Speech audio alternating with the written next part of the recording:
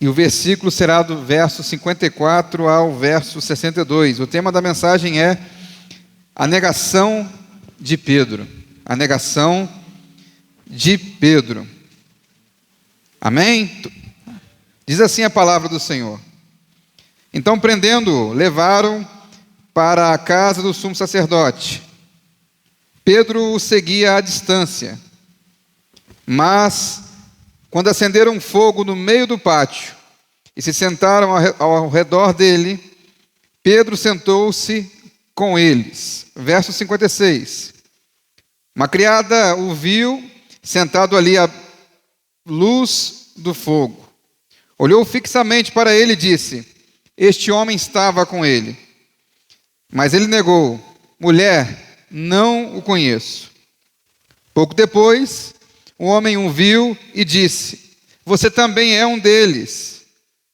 Homem, não sou, respondeu Pedro.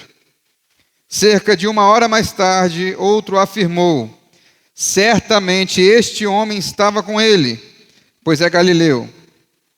Pedro respondeu: homem, não sei do que você está falando. Falava ele ainda quando o galo cantou. O Senhor voltou-se e olhou diretamente para Pedro. Então Pedro se lembrou da palavra que o Senhor lhe tinha dito: antes que o galo cante, hoje você me negará 3 vezes. Saindo dali, chorou amargamente. Amém? Podemos assentar, meus irmãos?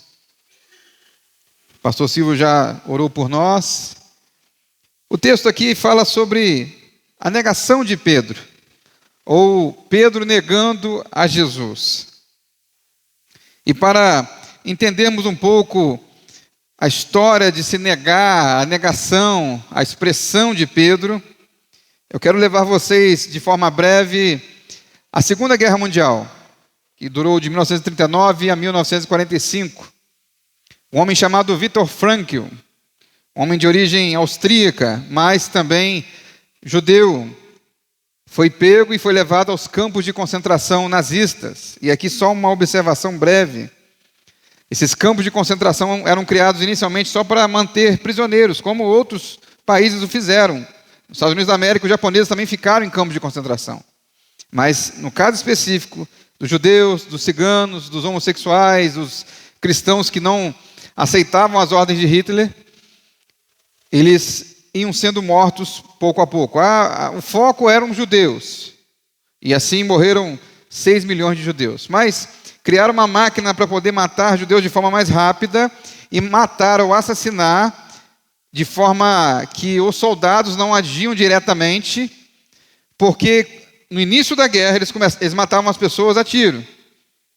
E os soldados começaram a ficar psicologicamente abalados. Então, vamos criar um mecanismo para que os soldados não matem ou não sintam o peso da culpa desse assassinato horrível. Então, Viktor Frankl era um homem que estava no campo de concentração e sobreviveu. Além de sobreviver, passou fome severa e outras privações. Mas ele se torna psicólogo, psicanalista e cria a chamada logoterapia, que é uma forma de abordagem da psicologia ou da psicanálise. E ele trata a ideia de ressignificar, dar novo signo, novo sinal, dar novo sentido. Como você pode sobreviver a tanto sofrimento e viver uma nova vida, viver depois desse sofrimento e ter uma certa paz. Então ele fala sobre essa expressão ressignificar, que é muito importante nesse texto. Mas vocês sabem muito bem, no contexto desse texto, que fala sobre a Páscoa, a chegada da Páscoa judaica, e Jesus é preso, primeiro pelo Sinédrio, depois por Roma, é acusado, vocês sabem bem da história. Mas tem um personagem aqui nesse intervalo, que está aqui, observando de longe Jesus ser julgado por o Sinédrio, julgado pelas autoridades judaicas, e o nome dele é Pedro, o apóstolo Pedro, aquele homem em que Jesus o buscou lá no seu barco. É interessante que falando sobre vocação, sobre chamado, sobre até ministério, Pedro mesmo que tenha recebido de seu pai, provavelmente, o ofício de pescador, a profissão de pescador, ele gostava e amava muito essa profissão, tenho certeza disso. E vocês sabem da história que Pedro pescou, ele e os pescadores pescaram a noite inteira e não pegaram peixe. Tem até uma música infantil sobre isso. Mas quando Jesus mandou jogar do outro lado as redes, vieram peixes em abundância.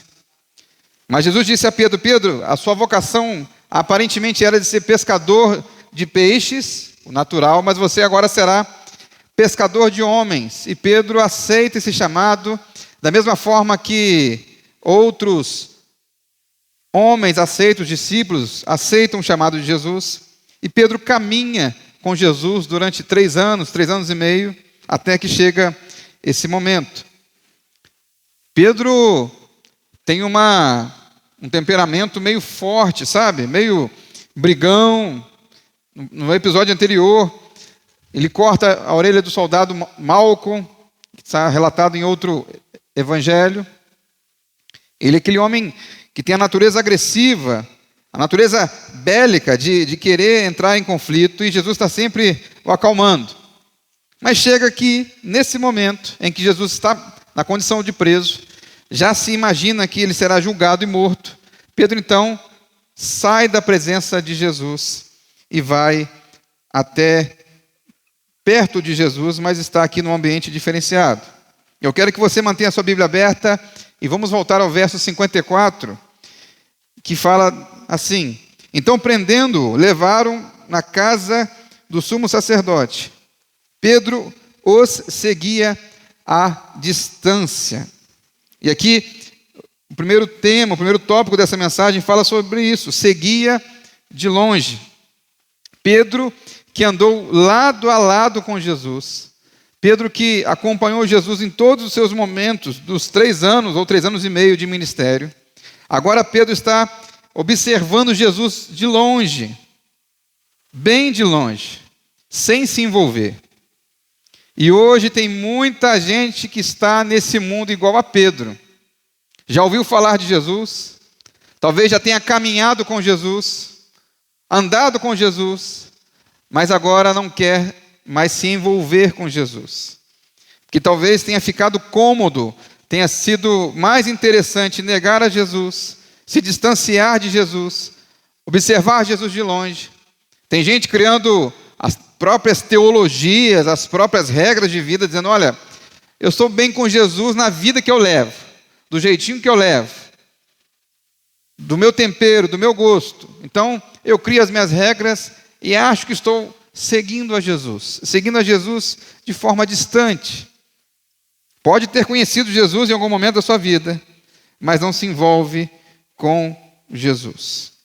E aí nós temos que ter um cuidado muito grande de quando nós vivemos essa vida nem tão perto, nem tão longe, como diz a Bíblia também sagrada, nem quente, nem frio, morno, sabe, em cima do muro. Nós temos que ter muito cuidado quando vivemos essa vida, porque nós podemos ter a falsa impressão que somos salvos. Podemos ter a falsa impressão que quando morrermos, chegaremos ao céu. Nós teremos a falsa impressão de que está tudo bem da nossa relação com Jesus. Você e eu, nós tivemos amizades ao longo da vida, e tem amizades que nós nos afastamos até pela distância geográfica, vários motivos. Mas depois de nós nos afastarmos, nós não sabemos a condição dessa amizade. Nós deixamos de conhecer o nosso amigo. A vida passa, ele pode mudar, esse amigo ou amiga pode mudar o gosto, o que pensa, e nós podemos deixar de conhecer esse amigo, essa amiga. Então, da mesma forma, quando você se afasta de Jesus e acha: olha, está tudo bem, eu converso com Jesus uma vez por ano, eu tenho comunhão com Jesus, sei lá se tenho comunhão uma vez a cada 2 anos, eu vou a uma cantata de Natal ou alto de Páscoa que teremos aqui semana que vem, e acho que isso é suficiente para estar próximo de Jesus. É um ledo engano, é um engano completamente, é um engano total. É o pior engano. Antes a pessoa talvez estivesse totalmente afastada de Jesus, pelo menos ela teria consciência da realidade de estar afastada de Jesus. Mas Pedro aqui segue Jesus de longe. Então nós devemos buscar comprometimento de fato com Jesus. E não há outro modo. Tem gente tentando enganar muitas pessoas. Olha, eu não preciso da igreja, eu não preciso estar em comunhão com os irmãos, eu não preciso estar junto aos irmãos numa igreja, independentemente de tamanho de igreja, de estrutura de igreja, mas em comunhão, eu consigo ser crente em casa. E tem gente sendo enganada por essa falsa afirmação. Devemos ter comprometimento e envolvimento de fato com Jesus.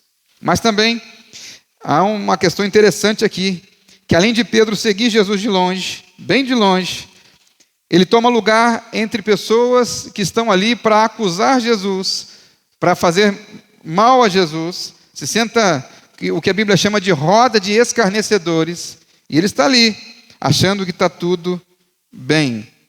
Tem gente que ainda está andando, e apesar de estar andando longe de Jesus, começa a arrumar más companhias. Companhias que vão, amizades que vão afastar ela mais e mais de Jesus. E a pessoa ainda continua achando que está tudo bem, que está tudo certo. Eu estou vendo Jesus de longe, estou andando com más companhias, com más influências, pessoas que não agregam nada de valor, e até valor básico da vida, nem valor cristão. Tem gente que a gente anda que só serve para nos dar falsos valores, falsos conselhos, péssimas informações. Tem gente que só serve para te jogar para baixo, para te atrapalhar, e você está ali andando com elas. A Bíblia fala em Salmo 1, para não nos assentarmos à roda dos escarnecedores. Então aqui você vê dois níveis de afastamento. Um que está vendo Jesus de longe, mas acha que está em comunhão. Outro que está vendo Jesus de longe e já não está nem mais em comunhão com nada, está em comunhão com o mal, com o que é contrário, com o inimigo. E a Bíblia diz que nós devemos andar em comunhão com Jesus e nos afastarmos desse tipo de gente.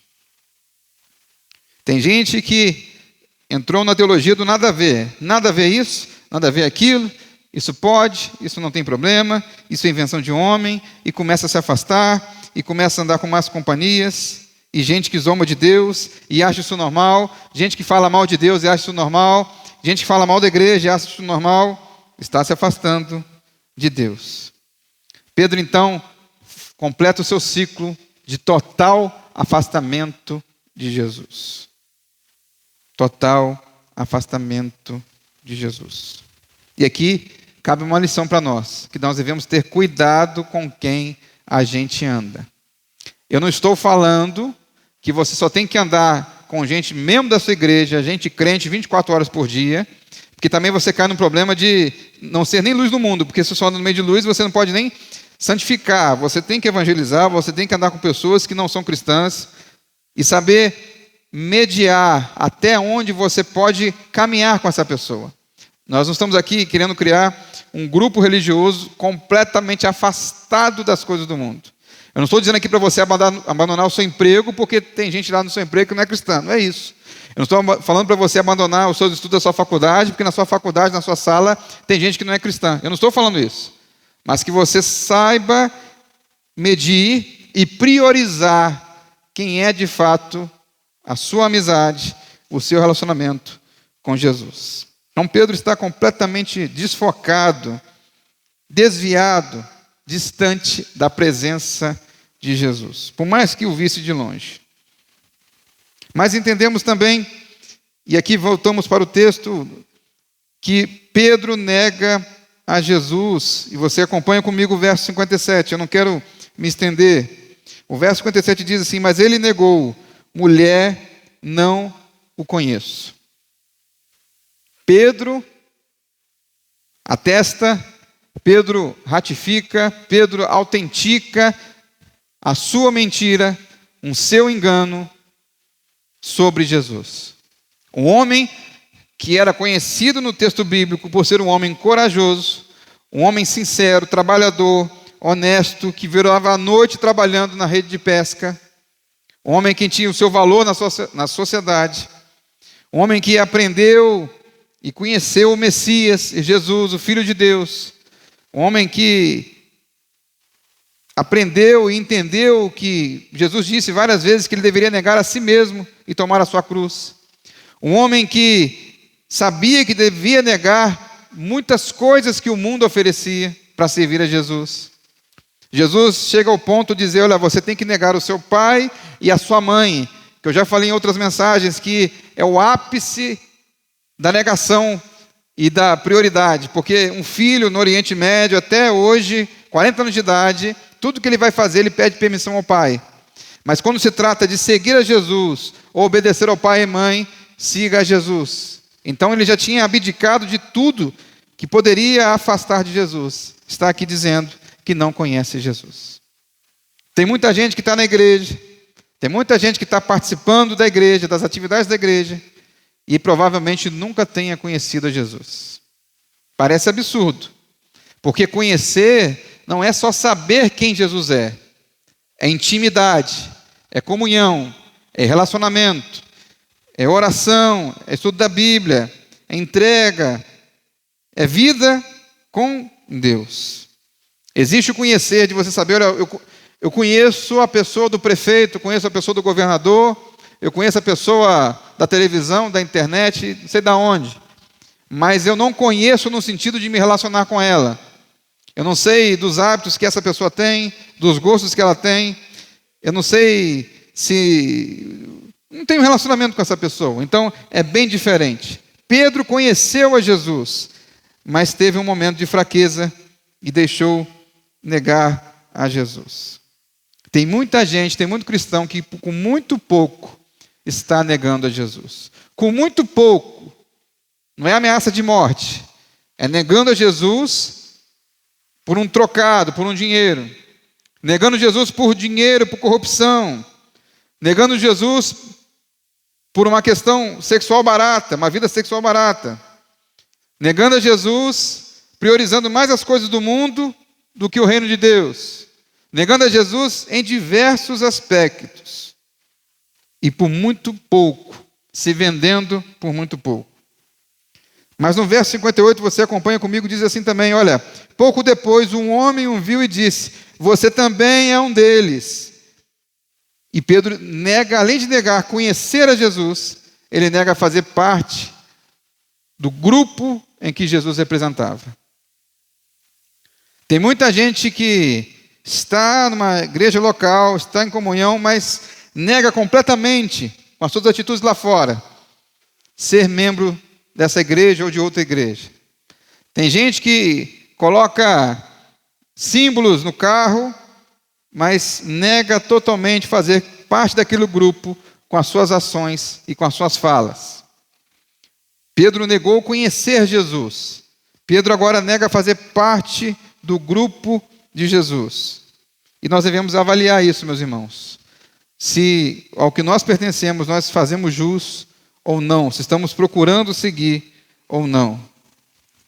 Mas é interessante que nas 3 negações de Pedro, há uma mais interessante, que chega até a ser absurda, e eu vou explicar por quê.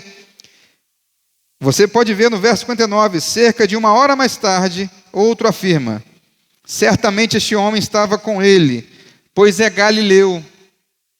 Vocês sabem, meus irmãos, que naquele tempo, as vestimentas, as roupas que eram usadas, e até hoje, se você for para um país mais distante, uma cultura diferente, você pode reconhecer a pessoa pela roupa que ela usa. Você pode, pelo menos, supor, imaginar. Você vê pessoas do Oriente Médio, árabes, usando um tipo de vestimenta. Você vê pessoas da Europa usando um tipo de vestimenta.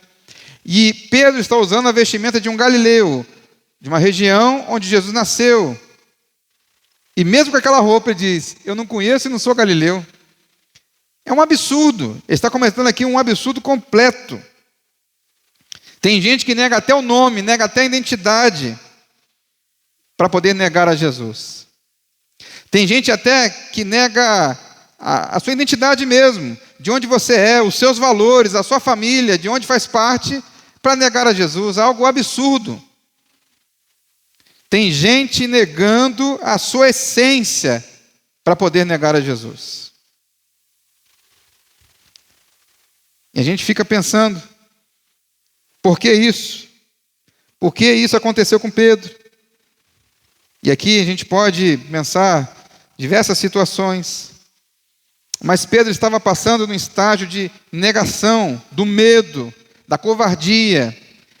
E aqui, meus irmãos, nós não devemos olhar com Pedro com um olhar altivo e achar, olha, Pedro era um fraco, Pedro era um medroso. Ou será que a gente não pode passar por isso um dia, ao sermos testados? Ou será que nós somos melhores do que Pedro em relação a vivenciar Jesus e professar a Jesus? Ou será que não negamos Jesus algumas vezes da nossa vida? Essa é a lição. Semana que vem nós estaremos comemorando a Páscoa. Eu quero trazer isso para vocês sobre a negação de Pedro. Nós estamos chegando nesse período tão importante, uma data tão significativa, e você pode estar negando. Pedro está negando a realidade. Pedro está desesperançoso, está sem esperança de um futuro. E nós, às vezes, estamos sem esperança pelo que vemos, pelo que ouvimos, pelo que nós estamos avistando lá fora, seja no Brasil, seja no mundo. Porque, às vezes, nós estamos depositando esperança em coisas erradas. Talvez Pedro, andando 3 anos e meio com Jesus, e Pedro ouvindo a interpretação dos homens fariseus, e saduceus e essênios, talvez Pedro tenha confundido da mesma forma que Judas confundiu, um zelote, que era um guerreiro que queria reconquistar. Talvez Pedro achasse assim, olha, vai chegar um momento, nessa terra, nesse período, em que Jesus vai reinar e vai acabar com o Império Romano. E ao acabar com o Império Romano, ele vai instalar o reino dele aqui, o reino de Jesus. E talvez eu seja o ministro da defesa, talvez eu seja o ministro da justiça, talvez eu consiga um cargo importante, talvez eu consiga ter cargos, ter importância. Mas quando Jesus vê que o Rei dos Reis está sendo julgado, está sendo preparado e até de forma injusta, naturalmente, vocês podem ver depois em casa e até avaliar questões jurídicas que são absurdas no julgamento de Jesus. Mas vocês podem se frustrar como Pedro se frustrou.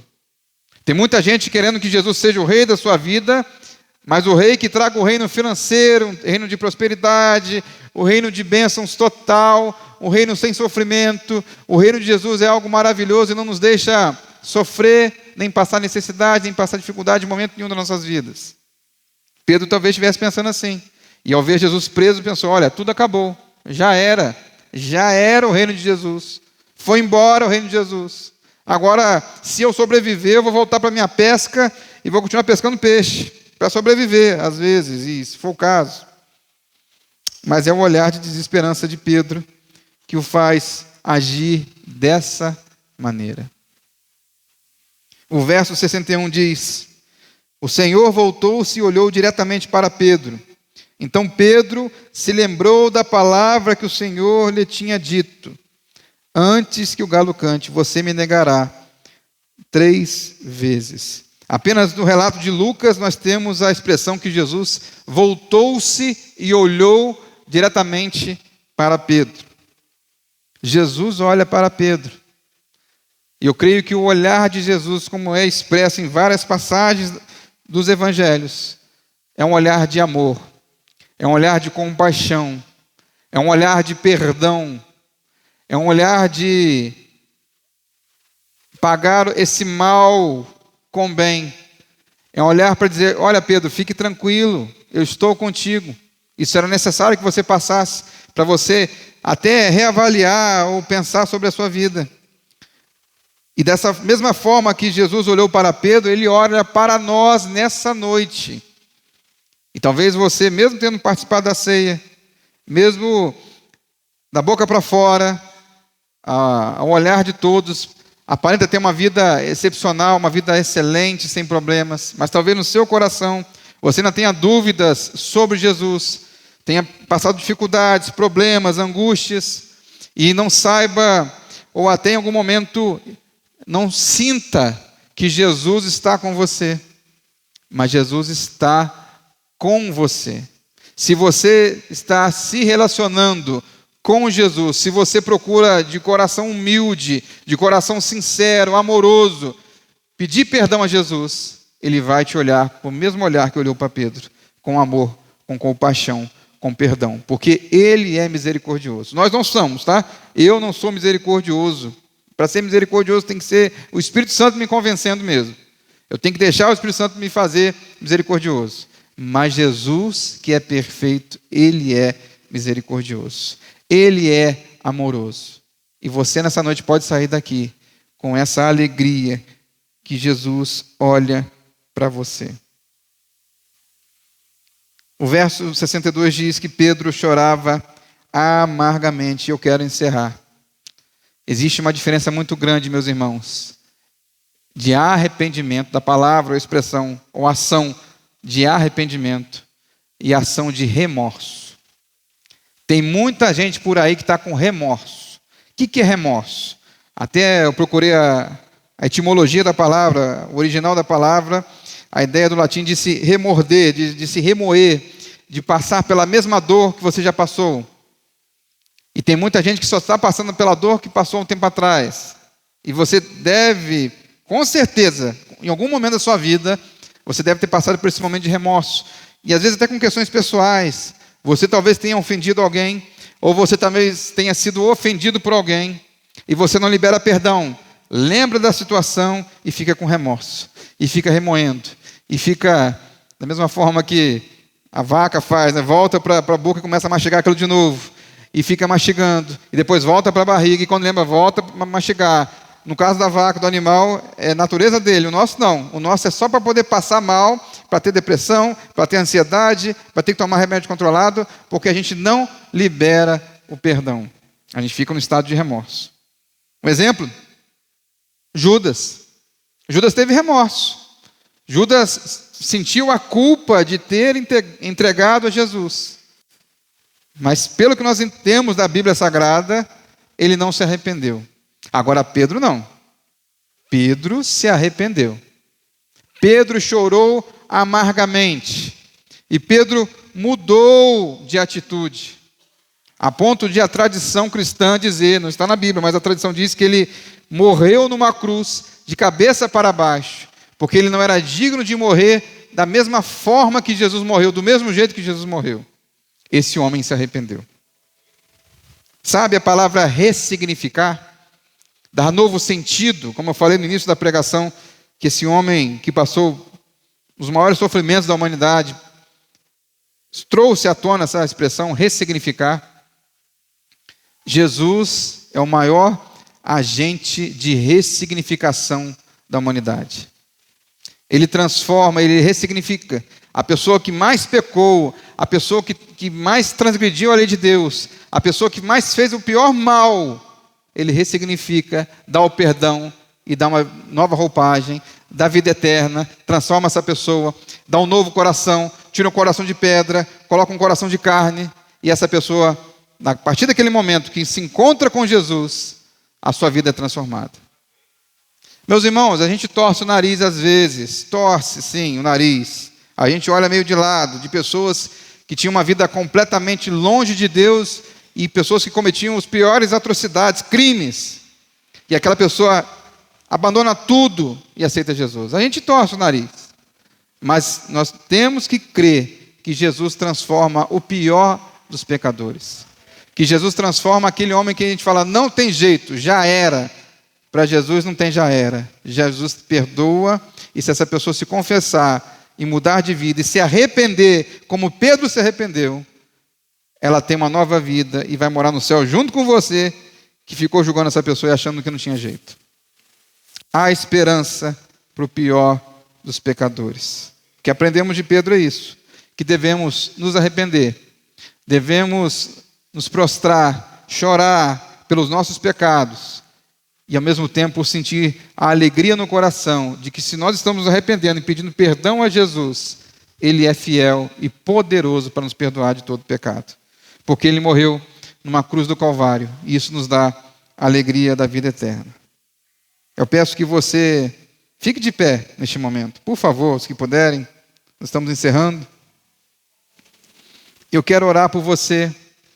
Primeiro perguntando se tem alguém nessa noite que deseja receber a Jesus como Senhor e Salvador da sua vida. Se tem alguma dúvida, se você ainda não sabe, se você não se lembra, Se você quer receber a esse Jesus, eu peço que você levante uma das mãos. Há alguém nesta noite que deseja receber a Jesus? Mas eu quero fazer uma outra oração e você pode ficar no seu lugar. Se você quiser apenas levantar a sua mão, ou não também. Eu quero orar por você, para que você se coloque aos pés da cruz, o arrependimento, que você libere perdão, porque o Evangelho é isso, é perdão. A religião que inovou a humanidade chama-se cristianismo, porque todas as religiões falavam, pague com a mesma moeda. Jesus disse, dê a outra face, coisa que nós até hoje não entendemos, mas fazemos porque somos cristãos, e às vezes deixamos algumas situações passarem porque somos cristãos. Essa é a religião que Jesus pregou. Não tinha a ver com política de Estado, não tinha a ver de criar um império de A ou B, mas o reino de Deus, de justiça e igualdade. Dele, não da nossa perspectiva, não do que nós achamos que é igual ou não, mas se você deseja liberar o perdão, abrir o seu coração para perdoar, ore comigo nessa noite, mesmo no seu lugar.